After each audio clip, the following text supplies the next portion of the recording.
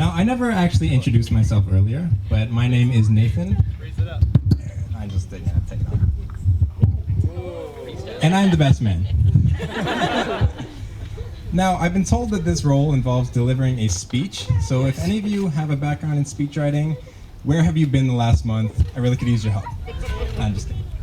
So, first and foremost, I would like to thank everybody for being here and making this wonderful day possible. We couldn't have done it without you. And Paula and Todd Christensen and Tree and Steve Howell for raising two very fine people. Now, where do I begin? I met Hunter in the 7th grade when Mr. Anderson sat us next to each other in school. It didn't take long to gather a few first impressions about him. He was the new kid, he likes Star Wars, hates spiders, and plays video games. We naturally became friends immediately. Now, growing up with Hunter meant that he's in many of my memories from adolescence.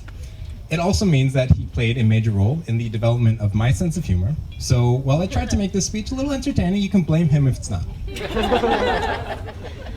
I had a tough time deciding which stories of Hunter to share today because when I look back, there's just so many. I thought, how am I going to encapsulate the summers that we spent out west working in the prairies, the weekly sleepovers where we'd play video games and watch movies till the sun came up, the trips up to the cottage on Lake Temiskaming, or the countless attempts at mastering the art of cooking Kraft Dinner macaroni and cheese. Well, in the end, I decided that it would be best to speak more to Hunter's character.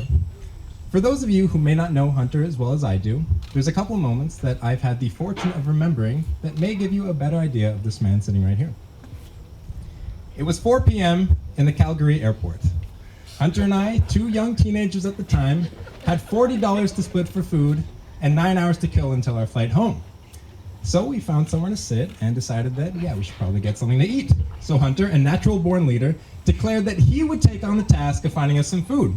I'm thinking, this is great. I'll sit here, I'll watch the bags, and we'll be eating something delicious in no time. Well, a couple minutes pass, and I look up, and I see Hunter approaching with a big mischievous smile across his face.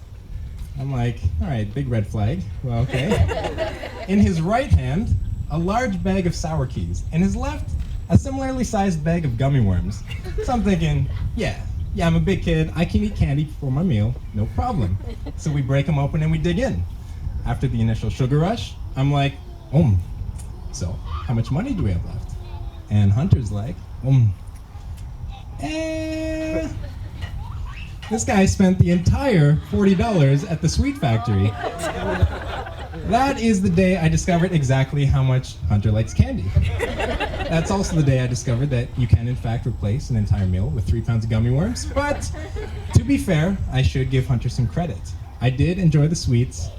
Airport food is overpriced, and it was a learning experience. I learned never to trust Hunter with snack duty ever again. But besides airport food budgeting, Hunter is a very trustworthy guy. You know, anytime he tells me that he's going to do something, I can count on him to do it. This is why I get worried when he tells me that he's going to beat all my high scores in the video games that we play, but it's also why you can never underestimate Hunter. One example, about a year ago, we're all hanging out, and Hunter casually mentions that he's been getting into poker lately. Yeah, cool, sounds pretty fun, we should play sometime, yada yada. And then school begins and we all break off to our respective cities. Then Christmas break, Hunter casually mentions that he's been dabbling in the Toronto Poker League. Cool, sounds like a cool hobby. And then we play some video games and it's back to school. Fast forward to June, Hunter messages the group and casually mentions that, hey, I've just been sponsored to play some poker in Las Vegas, in the World Series of Poker. I believe the collective reaction was, since when do you play poker? But really, none of us should have been too surprised because Hunter is a doer. Hunter is one of the most determined people I have ever met. When he received his call to serve, he moved to Alberta and served his 2-year mission with a strong will and an unwavering faith.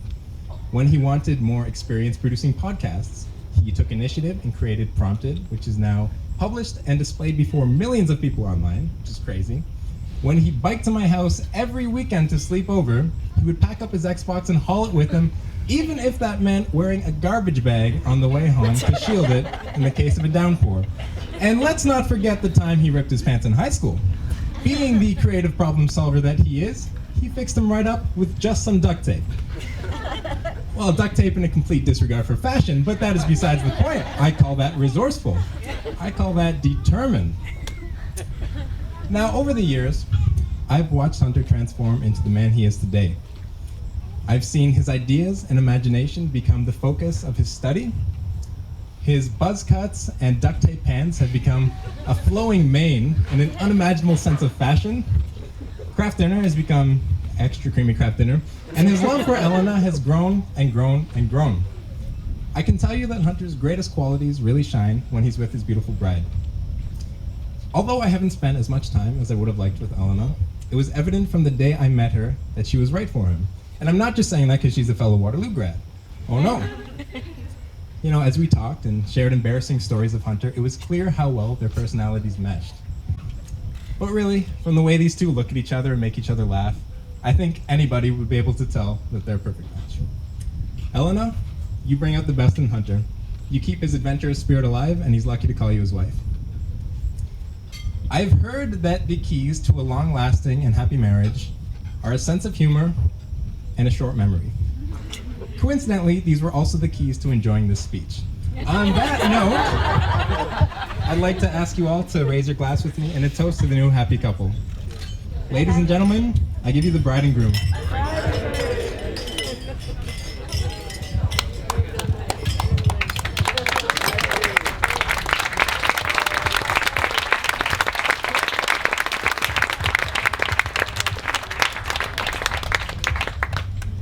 And next up, we'll have Hunter giving a speech.